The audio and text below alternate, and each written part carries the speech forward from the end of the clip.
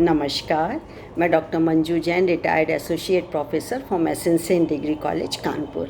मैं पिछले कई महीनों से प्रेरणादायक कहानी नामक शीर्षक के अंतर्गत कुछ प्रासंगिक, कुछ मज़ेदार, कुछ चटपटी और कुछ न कुछ सीख देने वाली कहानियों का वीडियोस आप तक शेयर करती हूँ, आप तक भेजती हूँ, जिसका ध्येय ये होता है कि हम सब प्राणियों को अपने परिवार, अपने स्वयं के लिए, अपने समाज के लिए जो योगदान देना है, कंट्रीब्यूशन देना है, उसको तभी हम पूरा कर सकते हैं जब हम चरित्रवान हों, हम जब निष्ठावान हों, हमसे कोई गलती हो तो हम क्षमा मांगें, हम उदार हृदय के हों। तो ये कहाँ से आती हैं? ये बचपन से हमारा जब सोशलाइजेशन ऐसा होता है, समाजीकरण होता है, सीख की प्रक्रिया के द्वारा आता है। तो सीखना, लर्निंग कहाँ से आती है? सबसे पहले हमारे परिवार से आती। कहते हैं ना, परिवार जो कि ये प्राथमिक पाठशाला होती है। तो उसमें माँ बाप, बड़े भाई बहन, ताऊ जी, चाचा, जो भी हों हमसे बड़े, वो इन्हीं सीख के द्वारा अपना और बच्चों का व्यवहार नियंत्रण करते थे। तो हमारा भी यही ध्येय है जन जन तक पहुंचाने का, कि किसी तरीके से हर बच्चा, हर जन कुछ शिक्षाप्रद कहानियाँ लें और अपने आचरण को शुद्ध करते हुए कदम बढ़ाएं, तो निश्चित ही उसको सफलता मिलेगी। तो अपनी कहानी के संग्रह से आज मैंने भी आपके लिए कहानी का चुनाव किया है। शीर्षक है लाभ या लोभ। लोभ ज़्यादा है, लोभ पाप का जन्मदाता। लाभ जब मिलता है, लगने लगता है, तो एक हर मनुष्य की ये टेंडेंसी होती है कि लाभ आता है तो उसके मन में लोभ, लालच, प्रलोभन आने लगता है कि और ले लूँ। कोई भी तरीका हो, गलत तरीका हो, यदि लाभ प्राप्त कर रहा है तो कहीं ना कहीं लोभ उसको आ जाता है। तो चलिए कहानी की शुरुआत ऐसे ही करती हूँ मैं, कि एक बार एक गांव में एक पंडित रहते थे, लेकिन वो कई वर्षों तक काशी में रह कर के उन्होंने निरे बहुत सारे शास्त्रों का अध्ययन किया, और अध्ययन करने के बाद बहुत साल बाद वो गांव लौटे और उन्हें शास्त्र का, उपनिषद का, पुराणों का और कई तो इतने ज़्यादा मंत्र उनको कंठस्थ थे कि वो अपने को महापंडित कहा करते थे। बहुत अच्छी बात है, जब इतने साल उन्होंने काशी में रह कर के शिक्षा ली, शास्त्र पढ़े, शास्त्र का वाचन किया, तो नेचुरली महापंडित तो ज़रूर होंगे वो। तो क्या हुआ, एक बार गांव में जब लौटे तो सब लोग उनके सलामी, दुआ सब पूछते रहते थे। इतने में एक किसान आया, उसने कहा, प्रणाम पंडित जी, पाँव लगे पंडित जी, लेकिन ये बताइए कि पाप का गुरु कौन होता है? अरे बाबा रे, ये तो पहली बार सुना है, पंडित ने कहा।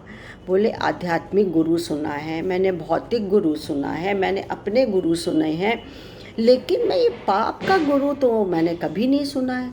लगता है मेरा अध्ययन अधूरा है, मैं जो ये अपने पंडित और महापंडित कह रहा हूँ, अभी मैं महापंडित नहीं बना। तो सो भैया वो फिर से काशी रवाना हो गए और वहाँ पे फिर से अध्ययन किया, लेकिन मन विचलित था, क्योंकि वहाँ भी लोगों से जब पूछते थे या करते थे, उन्हें कोई सेटिस्फेक्शन नहीं मिला, वो सेटिस्फाइड नहीं हुए, संतुष्टि नहीं मिली कि आखिर पाप का गुरु है कौन, कौन है इसका जन्मदाता। ऐसे करते करते वो गांव लौटे वापस काशी से।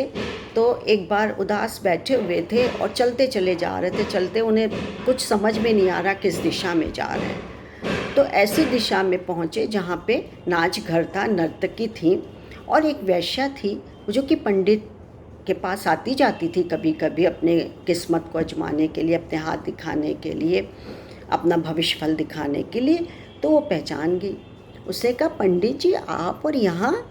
तो बोले, क्या बताऊँ? तो बोले, आपके चेहरे से कुछ चिंता लग रही, क्या बात है, आप मुझे बताइए।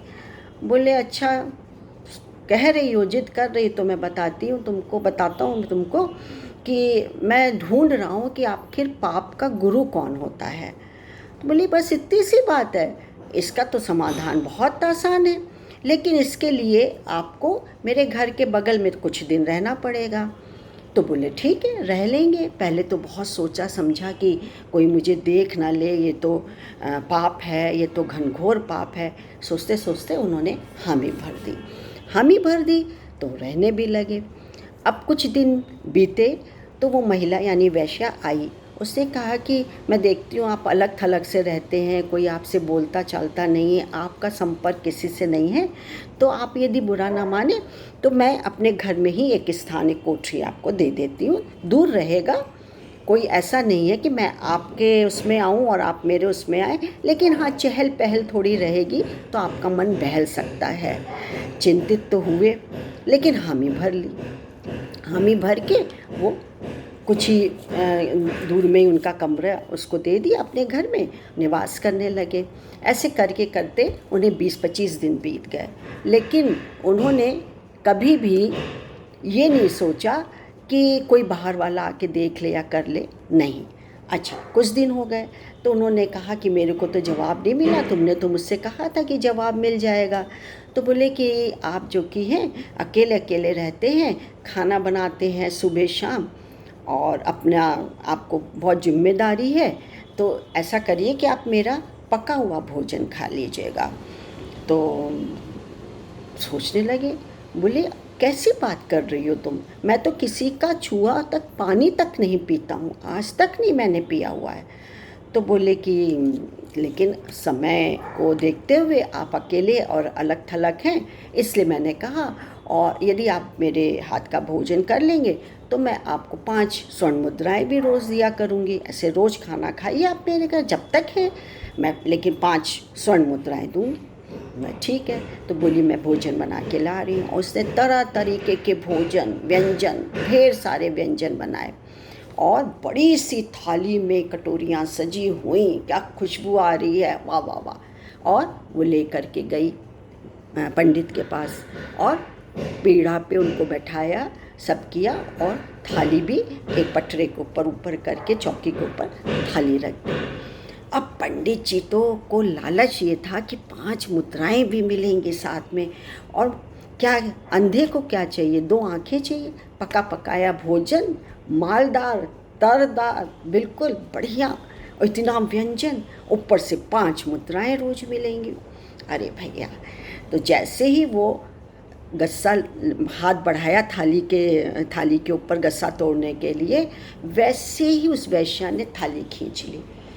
तो बोले, क्रोधित हो गए, तुम जानती नहीं हो मैं कौन हूँ, मैं प्रकांड पंडित हूँ और मेरा दूर दूर तक नाम है, ये तुमने क्या किया, मेरी थाली तुमने खींच लिया आगे। बोले, पंडित जी छोटे मुँह बड़ी बात, यही पाप का है कुआं, यही पाप का कुआं है जहाँ पे गिरते हैं और हम लोग बच नहीं पाते हैं। आप क्या समझ रहे हैं कि आपको जो उत्तर नहीं मिल पा रहा है, वो आप जो पानी भी नहीं किसी का पीते थे छुआ हुआ, आज वो वैश्या, वो भी लालच में आके, लोभ में आकर के कि 5 मुद्राएं मिलेंगी और रोज़ तरमाल मिलेगा, इसके लालच में आपने अपना ईमान खो दिया। यानी कि मछली आटे के लोभ में आकर के अपना गला फंसा देती है, गलत है। भौरा सुगंधित लोभ में आकर कभी कभी कमल में बंद होकर के अपनी जान से भी हाथ धो बैठता है। आप बताइए कितनी गलत बात है। प्रकाश के लोभ में आकर पतंगा भी जान दे बैठता है, और दाना चुगने के लोभ में आकर पक्षी भी जाल में फंस जाता है। जब ये पशु पक्षी जाल पेड़ ये प्रलोभन के बंधन में बन जाते हैं, जाल में फंस जाते हैं, अपनी प्राण तक गंवा देते हैं। हम और आप क्या हैं, तुच्छ प्राणी तो हैं, भगवान के दिए हुए तो हैं, और हम जो कि इतने कॉन्शियस हैं, एक सामाजिक प्राणी हैं, और जिसमें कि आप अपने को पंडित कहते हैं, छुआ हुआ भोजन भी राम राम करते हैं, वो इतने गर्त में कैसे गिर गया, प्रलोभन में ना। तो यही तो पाप का गुरु है। तो ये शिक्षा हमको इस कहानी से मिलती है।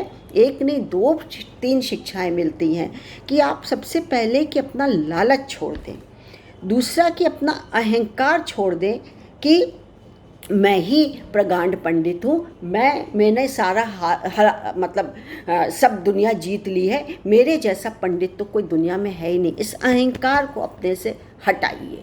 और फिर यदि आप परहेज कर रहे हैं, यदि आप कह रहे हैं कि मैं किसी का छुआ हुआ भोजन नहीं करूँगा, तो अपनी प्रतिष्ठा, अपनी मान को आप गवाइए तो नहीं, कम से कम जिस पर है दृढ़ रहिए। आपको अपने ऊपर दृढ़ विश्वास होगा, तभी आपको राह मिलेगी। तो कहने का तात्पर्य मेरा यही है कि हमको अपने प्राण प्यारे हैं या हमको अपनी प्रतिष्ठा, अपनी नाक प्यारी है, तो हमें कभी लोभ, प्रलोभन, लालच में नहीं पड़ना चाहिए, अहंकार नहीं करना चाहिए। यानी अपनी प्रतिष्ठा का बहुत अच्छे से आप ख्याल रखें, क्योंकि यह यही तरीका है जिसकी उम्र आपसे भी ज़्यादा है। यानी प्रतिष्ठा हमसे बहुत लंबी उम्र जीती है। क्यों? क्योंकि हम नहीं रहेंगे, हमारी कार, हमारे कर्म, हमारे अच्छे कर्म, हमारी प्रतिष्ठा, हमारी नाक ऊंची होते होते पता नहीं कितने युग तक उदाहरण देते रहेंगे, और हम जीवित मर कर भी जीवित रहेंगे। तो बच्चों, सखियों, दोस्तों, आपको कैसी लगी ये कहानी? अच्छी लगी हो तो लाइक और शेयर करना नहीं भूलिएगा, सब्सक्राइब करिएगा। तब तक के लिए मैं आपसे हर दिन की तरह आज भी इजाज़त मांगती हूँ। नमस्कार, थैंक यू।